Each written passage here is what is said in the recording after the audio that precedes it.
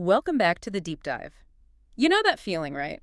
You've spent, I don't know, an hour reading articles, scrolling through feeds, trying to get up to speed, and you walk away feeling no smarter, maybe even more confused than when you started. It's that information overload. It's exhausting. And we're here to fix that. We take that whole stack of sources, all your research notes, that essential reading list that's been staring at you, and we try to pull out the absolute core insights. Because for you, the learner, the challenge is always volume. It's always, how do I get this knowledge quickly, thoroughly, without that feeling of, mental paralysis? Right. Today, we are diving into a fantastic blueprint for exactly that.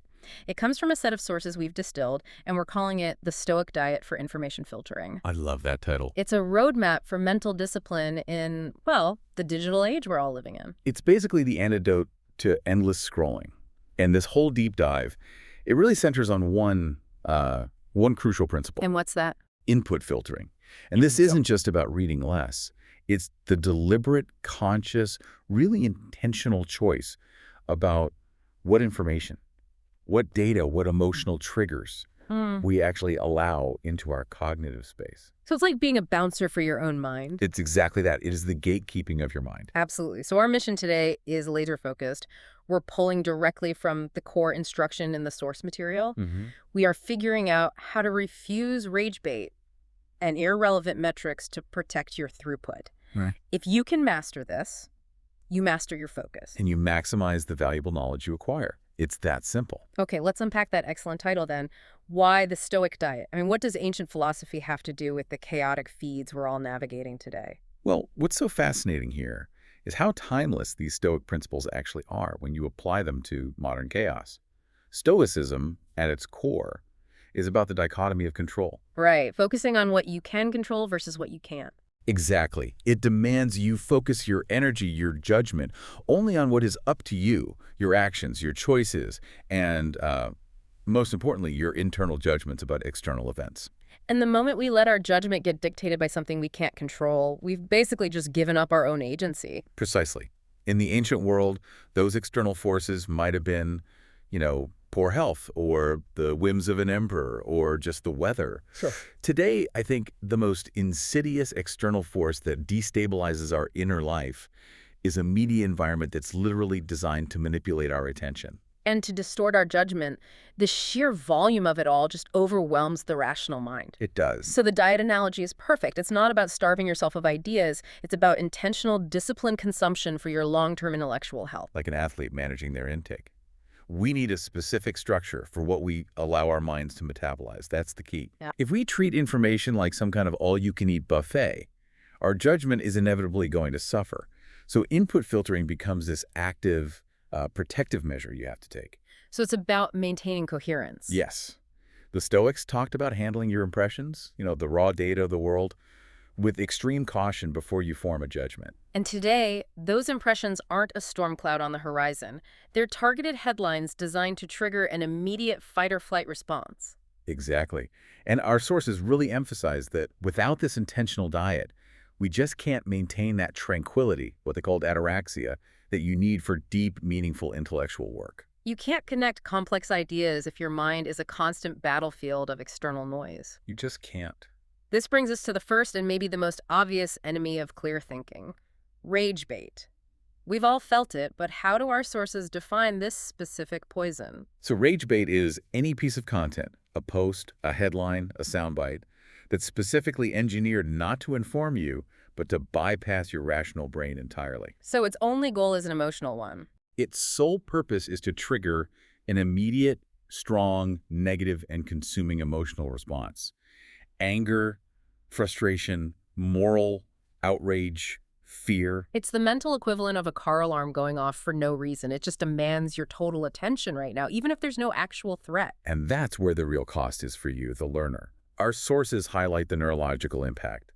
When you consume rage bait, you get this huge hit of cortisol and adrenaline. You're activating your survival brain. You're activating your limbic system. Yeah. And when that system is active, your prefrontal cortex, the part of the brain you need for logic, for synthesis, for long-term planning, it's effectively taken offline. So it's not just a distraction, it's a full-on cognitive hijacking. You literally can't do the high-level thinking you need to do because your brain thinks it's, I don't know, fighting off a tiger. Absolutely. Rage bait adds zero to your genuine knowledge. If your goal is deep understanding, it is a zero-calorie distraction that eats up 100% of your cognitive processing power. So filtering it isn't a luxury, it's just basic mental hygiene. It's essential. I do want to challenge this a little bit, though. You mentioned outrage. I mean, sometimes outrage is a necessary response to injustice, right? If a piece of information needs to provoke action, shouldn't we allow for that? How do you filter the noise without just becoming ignorant? That is a crucial nuance, and the sources do address it. The distinction is all about utility and intent. Okay. Rage bait is designed to provoke shallow, performative anger for clicks.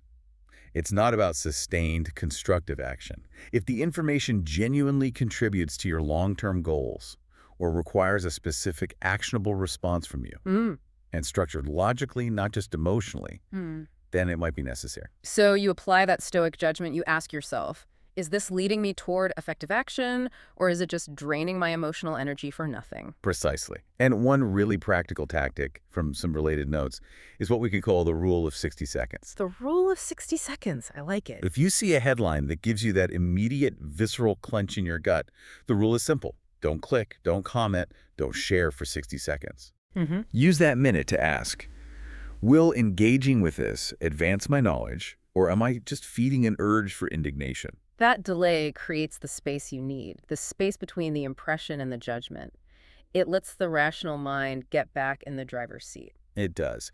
And if the goal is really protecting your focus, the practical application often means aggressively using mute and block functions on platforms. You're training the algorithm. You're starving the loop that feeds you things that destroy your concentration. You're building walls around your attention span. Okay, so we've cleared out the emotional fire hazard. Let's turn to the quieter, more insidious drain on our focus. Irrelevant metrics. Ah, yes. If rage bait is the empty sugar rush, irrelevant metrics are the empty carbs. They fill you up, but they offer no sustained intellectual nutrition. That's a great way to put it. Irrelevant metrics are data points, statistics, little facts that look like knowledge because they're quantitative, but they fundamentally do not align with your core understanding or your long-term goals. They're active, but not actionable. That's the perfect definition. And we all fall for this because data feels safe. Tracking a metric gives us this illusion that we're in control, that we understand something. What are some of the common offenders here? Okay, let's look at a few classic scenarios. Say you're studying macroeconomics or preparing a big presentation on market trends. Okay. An irrelevant metric would be obsessing over the intraday stock fluctuation of a single non-core commodity. A relevant metric would be understanding the 5-year growth trajectory of an entire sector. So confusing the signal for the noise. The irrelevant stuff is the noise. It's everywhere. It's changing constantly, but it doesn't tell you anything about the underlying forces. Exactly. Or another area, career development. Let's say you're focused on mastering a new skill. Right. An irrelevant metric is tracking the number of likes on your professional social media posts. A relevant metric is the quantifiable progress you've made on a new skill certificate. The danger is the opportunity cost. If I spend 30 minutes tracking 10 minor irrelevant metrics, that's 30 minutes I did not spend synthesizing the core white paper that actually drives the conversation. And the sources are very clear on this cognitive cost. Tracking irrelevant details. It satisfies the brain's simple desire for data input. It tricks you into feeling productive. When you're just scattering your focus. You're sacrificing your limited mental bandwidth, which is a finite resource, by constantly switch tasking to data points that will be irrelevant by tomorrow. So filtering becomes about ruthlessly applying the principle of sufficiency, asking, what is sufficient for my current goal? Yes. Anything beyond that is a metric you have to jettison to preserve your energy. It's a form of intellectual discipline. The highest form. Ephemeral trends, click counts, minor corrections. These are things other people might prioritize for their own goals, but for the learner seeking foundational knowledge, they're just clutter. So filtering these preserves your mental clarity. It helps you avoid that decision fatigue that comes from analyzing every tiny detail. Focus on the structural integrity, not the paint job. I love that. Okay, let's bring these two filtering strategies together now. Removing rage bait, removing irrelevant metrics, and talk about the ultimate payoff. The sources call it protecting your throughput. Right. Throughput, which is a term borrowed from engineering, is really just your intellectual efficiency. Okay. It's the rate at which you can successfully process, internalize, and then use valuable information without hitting a bottleneck or burning out. It's not just about speed. It's about the speed of high-quality synthesis. Precisely. So if we visualize the learning process as a high-speed assembly line, rage bait is like a massive system error that forces a total shutdown and an emotional reboot. A full stop. And irrelevant metrics are like defective parts, constantly clogging up the gears, forcing you to stop and clear them out manually. That is a perfect parallel. Filtering rage bait removes the emotional obstacles. It clears the heat, the psychological friction. Just filtering the irrelevant metrics? That removes the cognitive clutter. You make sure the pipeline is running clean and your resources are dedicated only to high-value processing. Which means your energy isn't spent just reacting or accounting for noise. It's conserved entirely for the real work. Synthesis, analysis, application. That is true knowledge acquisition. And this brings the whole Stoic framework full circle. How so? True mastery of information doesn't begin with what you do externally. It begins with controlling your internal landscape. By applying this diet, by deliberately choosing to reject information that only serves to provoke or distract, you're creating the mental space you need for that deep reflection, for that aha moment everyone is searching for. Exactly. The quality of your output is a direct reflection of the quality of your filtered input. So here's where it gets really interesting for me. This deep dive shows us that becoming well-informed isn't just about how much you read. Not at all. It's about achieving clarity through exclusion. The real power is in what you rigorously refuse to engage with. It's about recognizing that your attention is a profoundly valuable and ultimately finite economic resource. And every time you let a piece of rage bait or an irrelevant metric occupy your mind, you're paying a high price in cognitive time and emotional stamina. A very high price. Okay, let's do a quick recap. The core from the Stoic diet for information filtering. We learned that input filtering is a necessary act of discipline and that maximizing your throughput requires getting rid of those twin poisons, rage bait, the emotional hijack, and irrelevant metrics, the cognitive clutter. And for you, listening, the final conclusion to build on from all this is simple.